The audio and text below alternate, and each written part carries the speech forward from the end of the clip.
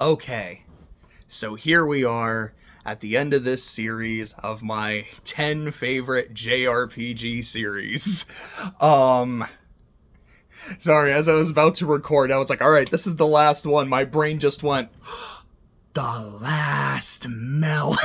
Like, I don't even remember the last time I've seen an Ice Age movie. But I just thought of that. A quick housekeeping thing, because I guess I always gotta look the shirt I've been wearing. So for the first few, I was wearing the Risha shirt. Like, if I'm gonna talk about JRPGs, let me wear a shirt with a JRPG on it. And then I believe for 4 through 2, I had a Pikachu shirt on. I was like, alright, let me rep one of my higher ranking RPGs if I'm in the higher echelon, the creme de la creme, as I believe I said. So for this video, I was like, okay, I'm gonna wear a different shirt. I'm gonna wear something special for number 1. What should I wear? And my brain immediately said, I should wear the Blackjack shirt. Because I haven't talked about Project Horizons in a long time, and I've been wanting to get back into Horizons. I should do that. It's a nice shirt. It's a comfortable shirt. And I just kind of miss it. And then I thought, hold on a second. I do have a Madoka Magica shirt. And if I'm going to talk about my favorite JRPG series, I should wear a shirt representing, like, my favorite anime. I think that's very fitting. So I put on the Madoka Magica shirt and was like, oh, right. This shirt sucks. It's like really uncomfortable. It's super tight. Like there's just something about the material that I really don't like. So I said, fuck it. We're going with Blackjack. You can't stop me. But yeah, without further ado, let's talk about number 1. It's tits. Trails in the guy. Yeah, this is the OVA. The OVA is not good. I saw it at I saw it at a vintage stock a couple years ago, and I was like, hey, I was getting a few things. I remember I got Irozuku, or is it Iroduku? I think I've heard it as both. World in Colors. It's an anime I really like. I was like, I want that on my shelf. Whisper of the Heart, which is phenomenal. I really want it on my shelf. I was like, oh, they have a Trails in the Sky OVA? Let me check it out. Got it. That's why I've never really heard people talk about it before. But I do have... Oh, that wasn't in the right order. I do have the trilogy here on the... I don't know why my brain forgot how to brain for a second. But I got the trilogy here on PSP in Japanese. I got these 3 together a few years ago. I got it as like my birthday gift to me. I think in total this was like 30 to 40 bucks. It was super cheap and I was very thankful. This was my birthday gift to me this year. It's also just FC, but the English version. And because it didn't sell super well, it's pretty pricey, but I was glad I was finally able to snag it. And I do want to show off some of my other Trails merch. Some of this is Cold Steel or Crossbell related that I should have shown off in the Cold Steel video and I completely forgot. But like, we'll get to actually talk about the games in a second. I have a physical copy of Cold Steel 1 that Clay got for me when he saw it at a game store, and that made me really happy. I've got the Reverie box, and I believe I did like an unboxing of it when I got it, so I'm not gonna do the whole thing here. I've got Altina, I've got Gum and Ball, I also have the Rishia figure right here. I don't know how well you can see her with glare. That I think looks a bit better. And on top of that, over here on this wall, I've got a wall scroll from like the very end of Cold Steel 4 and of the Bright siblings. And over here on the Madoka Magica shelf, we've also got Estelle, Ren, and Estelle and Ren. Unfortunately, I hope you're able to see them there. I would have felt really dumb if you couldn't. Yeah, I don't have the Joshua figure yet. I think it's now available to buy. That might be sold out. I'm trying to not buy figures. Sorry, I'm just getting that just a little bit. I'm trying to not buy figures as much anymore because A, I have a lot, and 2, I don't have a lot of space, and 3, I'm like, I should probably just not spend that much money on those, as much as I enjoy them, because I like collecting. But I'm like, I should probably hold off for a bit. But Joshua was one where I'm like, that's really, really tempting, but I think I'm good for now. But let's actually talk about Trails in the Sky. If this is my favorite JRPG series, let me rephrase that. I guess it's why. Why does it mean so much to me? Especially when I talk about things like Pokemon that have been a part of my life since forever, or Kingdom Hearts, which, when I talk about the first game, like I was playing Hollow Bastion with Jose yesterday, and we got to that cutscene when you fight Riku for the first time. I mean, first time on Destiny Island, but I think you know what I mean. Where, Sora's giving that speech about, he's like, I don't need a weapon, my friends are my power, and it's like, yeah, like I've got a lot of friends, a lot of people I've connected to, and, if they think about me every now and then, that's cool with me, because that's what connects us, it's our hearts, it's our bonds and everything. I'm like, say what you will about Kingdom Hearts being, like, corny and cheesy. This is just peak sincerity, and I feel this. And I love everything about this. I'm gonna kick Riku's ass. Oh no, I had no MP, and Fairy Harp does not have a lot of range. I got destroyed, and then I beat him on the rematch. But anyways, point. There's all these series that I've talked about, and how much I enjoy them. What makes Sky so much better? So starting with the first game that I have 3 copies of, because I also have it on the PC, which is how I actually played it. It's a game so nice, I bought it thrice. I love how much of a slow burn it is. That it's not a game where, like, alright, we're going right into the action, it's super exciting, there's not like a flash forward showing this is the cool shit, but we'll get to it. It's just, in that first scene with little baby Estelle and little baby Joshua and Cassius, you get so much character out of Estelle. And at this point, I had played the first 2 Cold Steel games. And like I talked about, I did not care for Rien pretty much at all in Cold Steel 1. And he grew on me a lot in Cold Steel 2. And I remember saying to Clay, I was like, dude, in the first, 5 minutes of Trails in the Sky, I think I got more character and personality from Estelle than I did in 2 whole games of Cold Steel from Rien. And is that an exaggeration? Of course it is.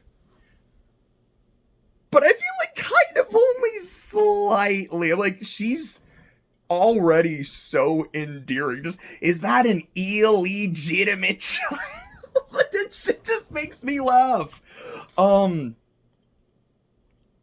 Like I said, I like that it's a slow burn. It is really just about 2 best friends and adopted siblings going on an adventure together. And it feels like the most JRPG kind of story possible. It's like, what are we trying to do? We want to become bracers, like senior bracers. What is a bracer? A bracer is someone who helps people and just takes on quests. Anything from fighting monsters to making deliveries to finding your cat. So what is a bracer? A bracer is a JRPG protagonist. You are literally just what is your job? My job is I do side quests. And I kind of like that. Alright, we're gonna travel the country. We're gonna go to this place, do some stuff, do some side quests. There's a main quest we're gonna have to do here. Rinse and repeat. And one thing I really love about FC, specifically its first chapter, second chapter, and then the third, is you have a rotating party. It's always Estelle and Joshua, and then kind of who's the character of the week, or the character of the arc. And what I love about that is, A, it really keeps the focus on Estelle and Joshua. But also, it gives the world this sense that, this is a world that's really lived in. Your party members aren't just hey, it was nice knowing you, I'm gonna go, I'm gonna stop and, yeah. Words are hard sometimes. You guys are really cool, so tell you what, I'm gonna call timeout on my entire life and go help you on your quest. Because, no, they've got shit to do. They have lives that they're living. And it's not like the world is in absolute peril right now. It's a pretty low-key journey. So when you're kind of done with their arc and hanging out with them and you leave their part of the country, like, hey, cool, it was nice knowing you. Hope to see you again, blah, blah, blah, blah, blah. And I think that's really neat. And then at the end, when shit is actually going down, it's like, okay, everyone is here, pick your party. And also, it means that as the player, you have to use everyone, like, at least once and kind of get a feel for how they play. So at the end, you can really make an informed decision when it comes to your party instead of, like, with Crossbell. And I don't mean this in a bad way with Crossbell, because the SSS is such a fucking good party, like, the main four. But it is also, like, when you get to Azure, and at the end, you're like, okay, we also have Rishya and Duddles and, Seeker, my absolute beloved, or Wazy. You're like, yeah, like, there's other characters here, and there are points where I kind of had to use them, but why would I? The core four are, like, literally a perfect team. And that is just something I really like. I like the battle system, and I don't remember how much I really talked about it in Cold Steel. But, I don't really want to go super deep into it. Like, I've done videos on all three of these games. I've done videos on every single Trails game that I've played, which is all of them except Nayuta and Kai. And I think, like, some of the spin-off... Oh, sorry, bub. Sorry, Bahamut's here, and I accidentally kicked his ball. Sorry, Bubby. You did not deserve that. Anyways, I think the battle system is really fun. I like the music in the game a lot. It has a very jazzy battle theme, which I am always a sucker for. I really like the motif with the towers.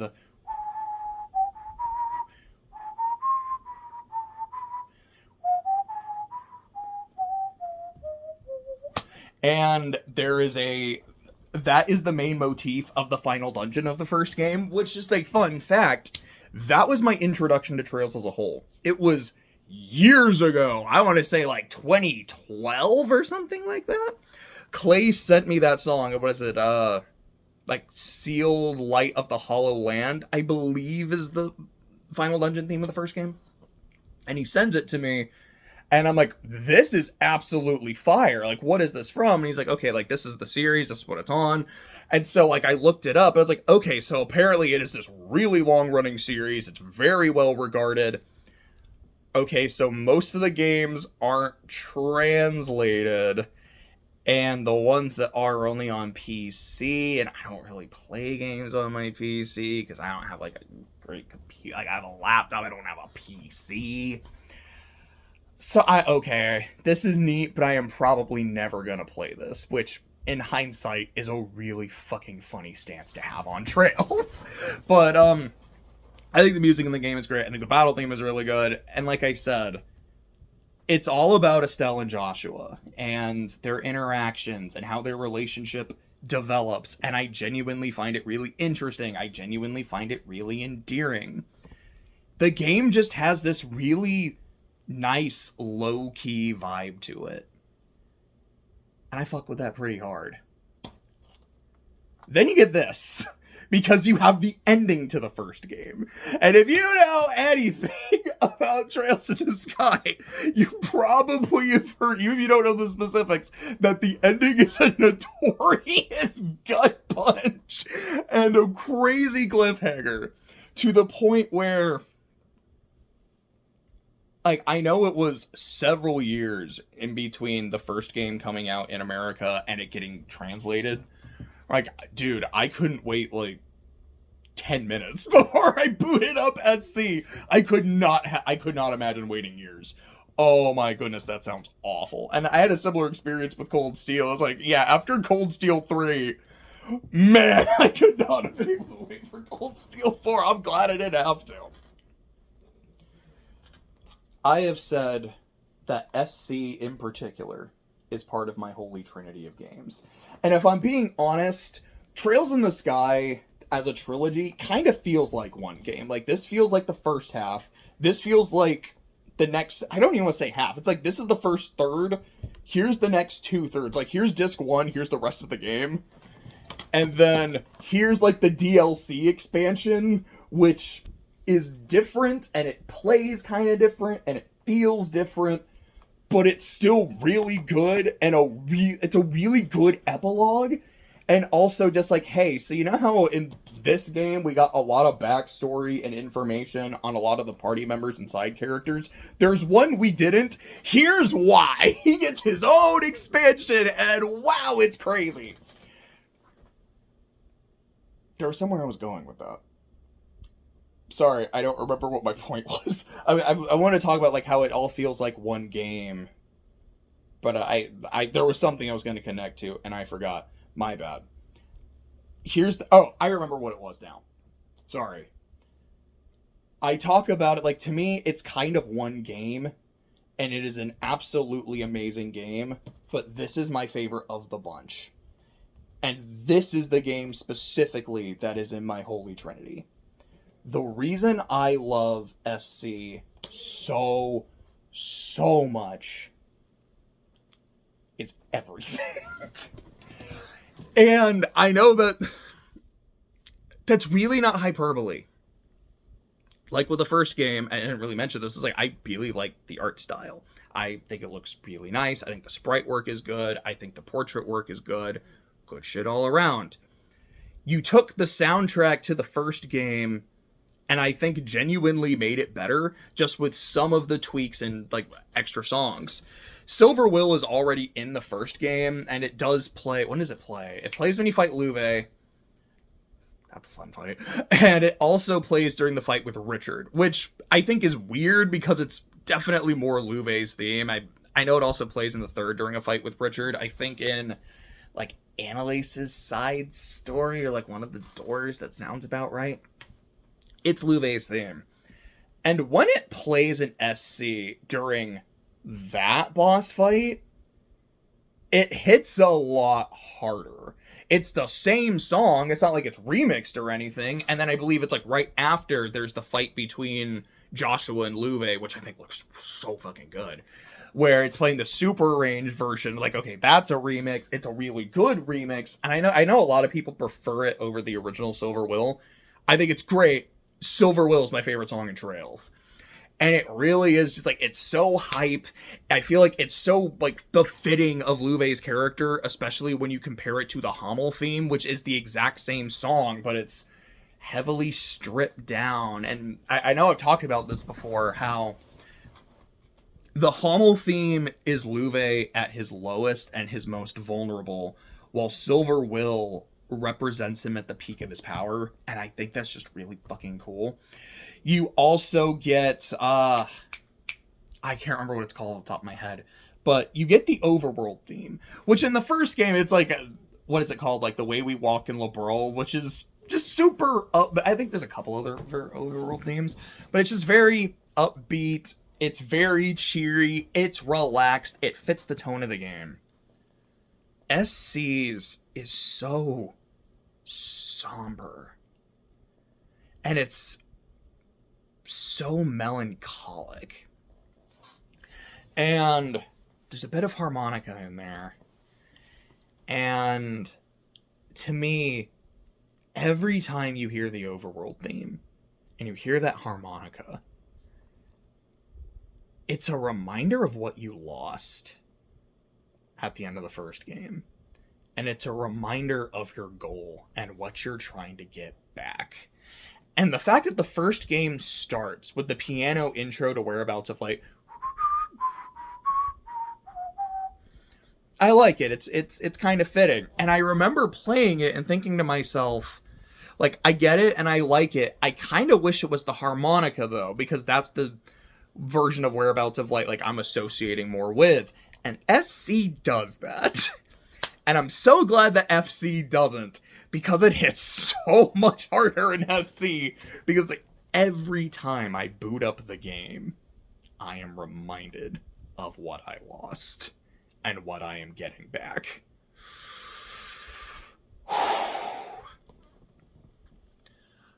I don't remember what series I was talking about this with, because I made a comparison to Celeste. Maybe it was just Celeste. I didn't talk about it in this series of videos. But I mentioned that I replayed Celeste recently, and I did it with no obstacles, because I wanted to see, like, how does that feel? Because I know that's a thing you can do, and I firmly believe that with a game like Celeste, which is all, to me, it's all about the metaphor of the climb. We all have things we have to climb. We all have things we have to overcome. Whether it is an obstacle that we have to conquer or a goal that we're trying to accomplish. And sometimes our climbs are pretty easy, pretty chill and low key.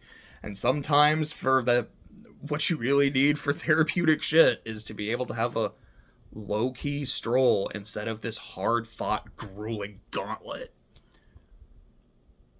And for me personally, while I did enjoy the experience and the story and writing of Celeste will always hit really hard, it wasn't as meaningful because there was no possibility of failure.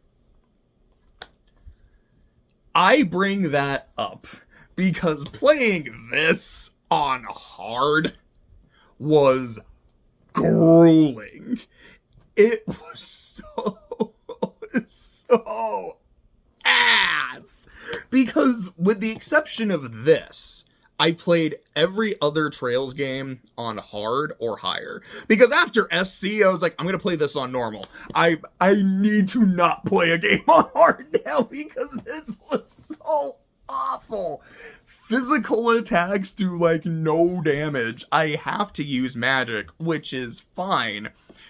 But the bosses had so much health. Like, I remember fighting Ren and Pottermodder, and it took me like an hour, and then I died. And then I had to do it again. It's so hard. It was awful. And I know I've been talking about, it's like I love everything about this game, and I'm complaining about them. Like, there's minor things I genuinely don't like. Like, there's no dungeon maps. I think that's shitty. I love how difficult this game was. I love how much of a gauntlet it was. Because it made the journey so much more meaningful. And to me, not in like a Dark Souls kind of way, because I generally don't really get into those games. I've been playing a lot of Wukong, and there's a lot of things I've liked about Wukong. There's just a lot of things I don't like, and a lot of it is specific, like, map design or enemy design. Like, man, this boss sucks. This boss sucks. Okay, these are really fun. This boss is ass, and somehow this one is worse. Trails doesn't really have that problem. Although I do think the final boss of this game, the robot, I fucking hate that dude. He sucks. But because, like, SC took me like 90 hours. Because the game was so hard. And I just had to keep redoing and redoing. And because of the way these games work, every time you retry a fight, essentially the difficulty goes down, like their health, I think it's like their health goes down, and maybe their stats go down a little bit too. It really just felt like I spent my playtime banging my head against a brick wall, and eventually I would get through the brick wall. Like, okay, so this morning, I watched a movie. I watched the ProZD video about, like, some of his favorite anime films. Shout out to him. I love his channel. King Dragon sends his regards. That shit will never not make me laugh. And one of them was called Ringing Bell, or I think it's Chiden no Suzu. And like, this sounds really interesting. So I just watched it this morning, and it's fantastic. But like, that training montage when he's literally like banging his head against a tree until the tree finally breaks, that was playing SC. That is exactly how it felt playing this game on hard. And it's so satisfying to get to the end of that. Because I really feel like it made the journey that much more meaningful. One of the things they talk about in the game is like, no, like the people you're going up against now with Ouroboros and the Enforcers, this is a level you're not ready for. And I really feel that. And in the start of the game, you're like, okay, you have a choice to basically change how your magic system works. And it's not like a choice because the character does it regardless, but it's like, hey Estelle, so you can either keep your magic system the way it is and you'll be about as strong as you were in the first game, but there's not a huge chance for growth. Or you can completely revamp it, which means you're restarting from 0. I guess you're -1 because you don't have Joshua. But the potential for growth is much higher. And she's like, I'm going to pick that. And so for me, I'm like, I really feel that. Starting from the bottom and making my way up. And I love Estelle's development throughout the game. Like in the first game, I love her to death, but she is just this very ungy-bungy meathead and is a very fun character. But you do kind of feel like Joshua does a lot of the heavy lifting in like the social situations. And without him, you really see how she's able to grow, and you also are able to appreciate how much she did really grow in the first game. What I love about the prologue, not the part with Kevin, although like I love Kevin, it's pairing Estelle with Annalise, because Annalise feels like more or less this is kind of Estelle from the first game. And now you can really compare and see how different she is at the start of SC, and she just keeps going up from there. I mentioned in the Tales video how Velvet is one of my like favorite JRPG protagonists of all time. Easily one of my favorite like female protagonists of all time. No one tops Estelle Bright. Like this is literally my favorite JRPG character, just straight up dead ass, and it's because of this game. Some of the other music that they added that's really good. I really like the Enforcer themes. So you've got the just do do do do do do do do do, and then Fateful Confrontation. Their boss theme. It's absolute fire. Merciless Savior, the final boss theme, is really really good. I love the Central Tower Axis Pillar theme. It's a really weird tune, but I really vibe with it. The Glorious is a very epic track, and I think it's really good. I love the theme of the Libra arc, where again you're getting that like that main motif from the towers in a way that I just really liked. Personally, I don't like the main battle theme as much as Sophisticated Fight, but I think it's all right. I think in terms of the Trail series as a whole, it's on the lower end of my battle themes. My personal favorite battle theme in the series is Cold Steel 4. I think Cold Steel 4's its theme almost sounds like an instrumental anime opening. Like, it sounds so good. I cried like 5 times over the course of this game. I cried in one particular scene in this game. Bet you can't guess which one. Here, I cried when Agate... I think in order, it's first is Tita protecting Agate from Louve and telling him that she loves him. After that, it's Agate telling his backstory. Number 3 is, of course, the scene on the beach.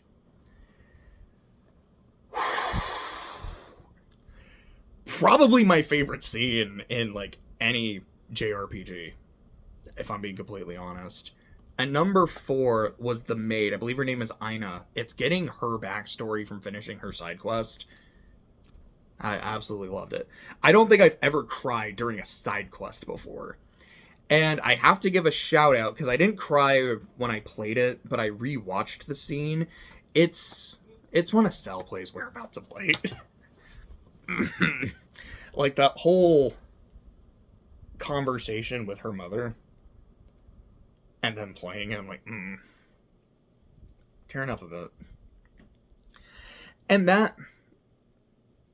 this is why it's my favorite. My favorite game, my favorite series, and we'll talk about the third in a second.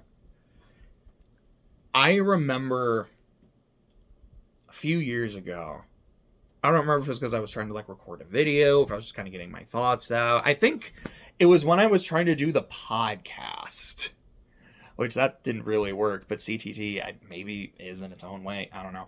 But I was trying to do my review on SC, and I couldn't get through it without crying. And I realized, and I hadn't played Celeste at that point, but I'm like, I say that Persona 5 is my favorite game. I can talk about Persona 5 without crying. I get like super hyped and excited and just gush about it because I think it is one of the most incredible experiences I have ever had with any piece of art across any medium. But I can talk about it without getting that kind of emotional. I can't do that with SC. I will like start crying or have to like fight back tears because this game really affected me. And again, not in the way that something like Celeste did or Watching the Fall did, where it feels very like personal and cathartic. It's just fucking peak writing. And I feel like I've taken a lot from it in the way that, like with Orichalcum in particular, it's really interesting to me because Orichalcum, I got the idea from it.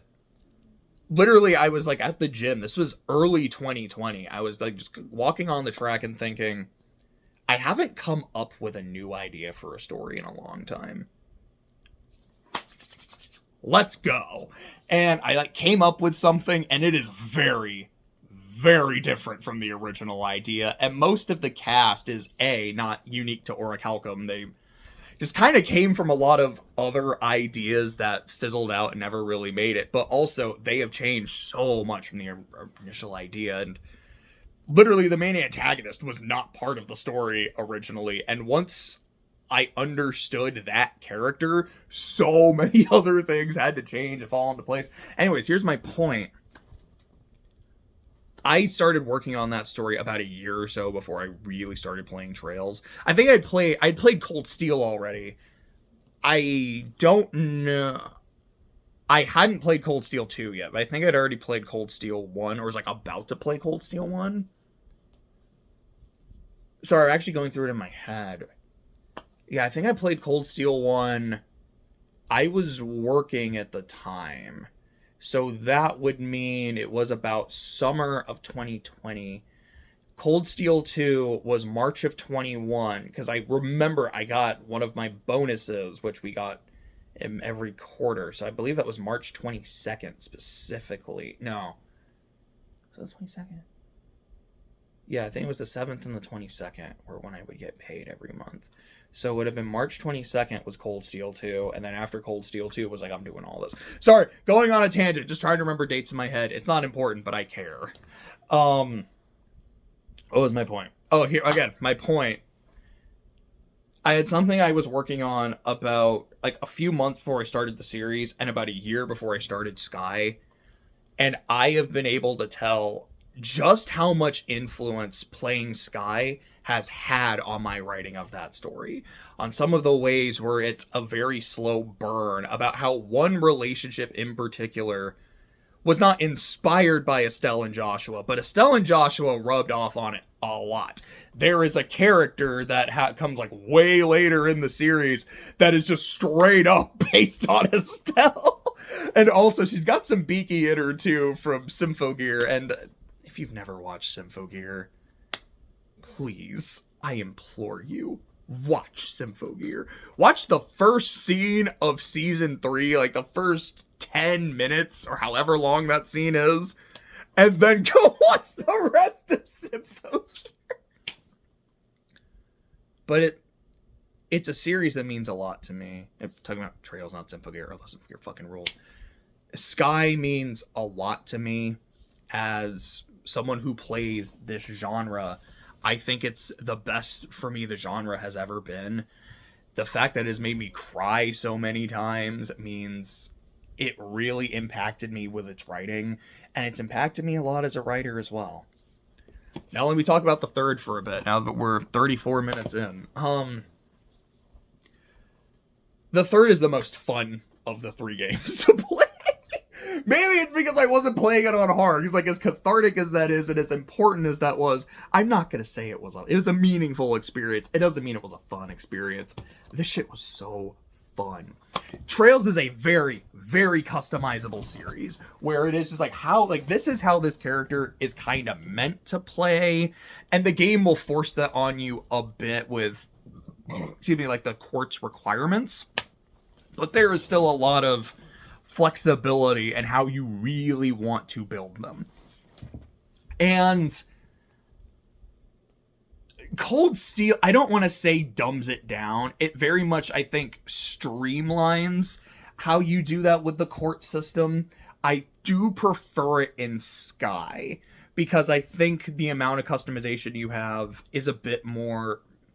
I think it's more interesting, because you're not picking specific spells. You're essentially picking stat boosts and also like kind of extra effects. And depending on... It's kind of a weird thing to explain, like, without being able to, like, point it out. Essentially, the value... Each quartz has its own value, and the amount of value you have, like, per line or, like, per chunk of your loadout is what determines your spell list. So it's not just what stuff do I want to have, and, like, what boosts, but also where on my loadout do I want to put it so it will affect my spells. And what's more important, like having this one particular stat boost or having this spell? Because sometimes, depending on your other shit, you're like, I can only have one or the other of these two because everything else is a fucking necessity. And I love that. Like, my favorite shit whenever Clay is, like, gonna go, like, fight a final boss or something in a Trails game, like, oh, it's setup time! Or when I get to do it, I'm like, okay, I'm gonna micromanage the shit out of everyone's loadouts. I love that. So how highly customizable the games are is very fun to me. And the third just takes it to the nth degree with all the stupid shit your characters can do. Which is another thing I really love about Trails is, and it's one of my problems with Azure, is it feels like your characters are getting stronger with every game. Like, they'll keep the shit they had in the first game, and then it'll start getting better. And so by the time you get to the third, you just have a party of absolute monsters. And then the game gives you a couple actual monsters at the end with Ren and Richard. Oh my goodness. Ren is one of the best casters in the series, and Clock Up EX Luminous Ogre Slash is stupid because Richard will just boom, boom, boom, boom, boom. Oh, look, something else finally got a turn. Hey, look, it's back to Richard. Boom, boom. It's so funny. The third is Kevin's story, because Kevin doesn't get to do a whole lot. He gets to do a lot. Like, he's important. But it's kind of like what Cold Steel does with Emma, where in Cold Steel 1, she doesn't really get to do anything. And then in Cold Steel 2, you're like, oh, that's why you were saving her, because she's incredibly important. That's what this is. Kevin's story is very sad. Kevin's story is very tragic. And what I love about this game is how... I know I've talked about it before. The theme of this game to me is redemption. And you see it play out with 3 different people. Kevin, Richard, and Ren. And how Kevin is dealing with his guilt of what happened with his mother, of what happened with Rufina, and how to him, I have done so many horrible things. I don't deserve a happy ending. I deserve to be punished. I deserve to die. It's kind of very Blackjack adjacent, actually, especially in the later parts of Horizon. I mean, you get it in the early parts of Horizons too, but anyways. And how it's not even that Kevin is, like, hesitant toward redemption. He just outright rejects it. And then you have Richard, who is dealing with his sense of shame for what happened in the first game. Not only the fact that it's like, look, I was a good, loyal soldier, and then I attempted a coup. Like, what an asshole. But also, I let someone else manipulate me and make me do these things.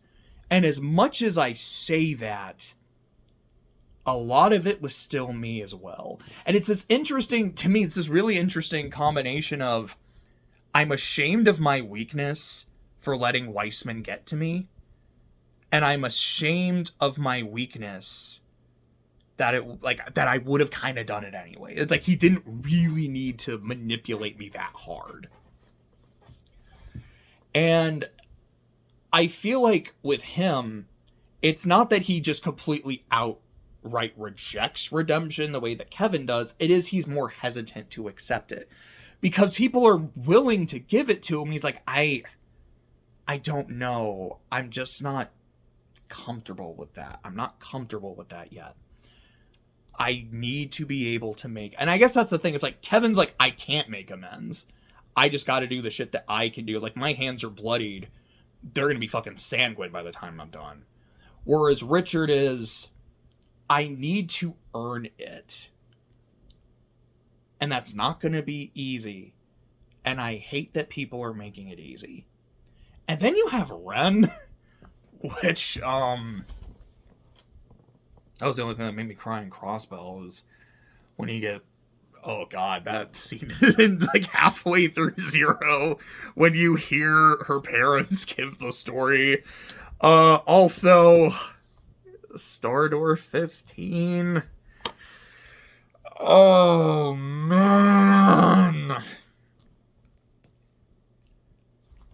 This has my favorite scene in the series and my favorite scene in any JRPG. To me, this is the most iconic scene in the series. Even more so than the ending of the first game or anything on the beach or anything from Cold Steel or Crossbell. It is Stardoor 15. Because if you have played this game, you know exactly what I'm talking about. That shit scarred you and completely changed the way you viewed Ren. And anytime that I hear that someone is playing Trails, or they're like, I've like seen people on Twitter like, all right, I'm going to start this series. I've heard good things. Like, here's my progress through the game. Stardoor 15 is one of the first things I think about is, oh man, how are they going to react to that? Especially when it's time for the thirds.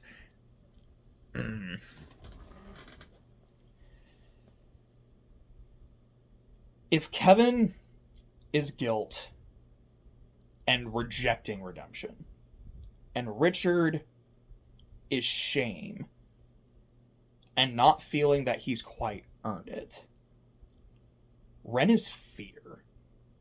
She is terrified of the idea. Fuck, I'm crying again. She is terrified of the idea of people loving her. Because of what happened the last time, that she let someone love her and be a family, and how she was betrayed. And when you get to Zero, it's less of a betrayal as it seems, and I'm weirdly not mad about that. To me, it feels less of, this is a cop-out, this is a retcon, making these assholes more sympathetic than they should be. And it's almost more of the third is Ren's perception of what happened. Here's the reality.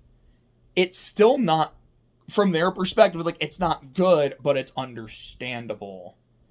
And I find that really interesting. But she was still broken by what happened, and then it just got worse. There is very much a reason she is the person that she is. There is very much a reason she has a Potter Mater, and that it has that name. And the idea that Estelle and Joshua, but Estelle in particular, because she's known Joshua for a long time. They've been good. They've been friends. He's one of the people that helped save her. I believe so. Actually, maybe was it? I think Joshua was there, but it might have just been like it was Aaron, Luffy, and McBurn. But anyways, like, she's known Joshua for a long time. They've always been cool with each other. But the idea of Estelle, this complete stranger and just normal person that does not have that requisite darkness to be an enforcer of Ouroboros, would show her genuine kindness and expect nothing in return. That would show her unconditional love and forgiveness despite all the things that Ren has done and the things that Ren has done to her. It terrifies her. And while Kevin rejects the idea of redemption and Richard feels he has to earn it, Ren is just running from it. And I love, oh my god, I love this game. I love the ending. Where it's, you know, kind of everyone saying their goodbyes and Phantasma and blah, blah, blah. And how Ren is telling Estelle and Joshua, like, I don't want to have to deal with this. I hate you. I hate you so much.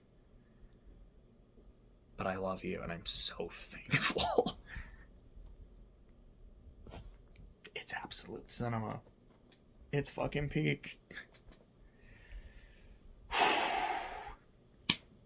This game is weird, though. Like, it's a dungeon crawler. There's no overworld. There's no real NPCs to interact with. There's no real side quests. I guess in a way the doors are, but not all of them are. Like, they're playable, but they're kind of like just playable cutscenes. And some of them are like actually fights. I remember doing a ranking of Trails games. I don't think I did a tier list. Like, I remember at one point I tried recording a tier list and it like never really got around to really doing anything with it.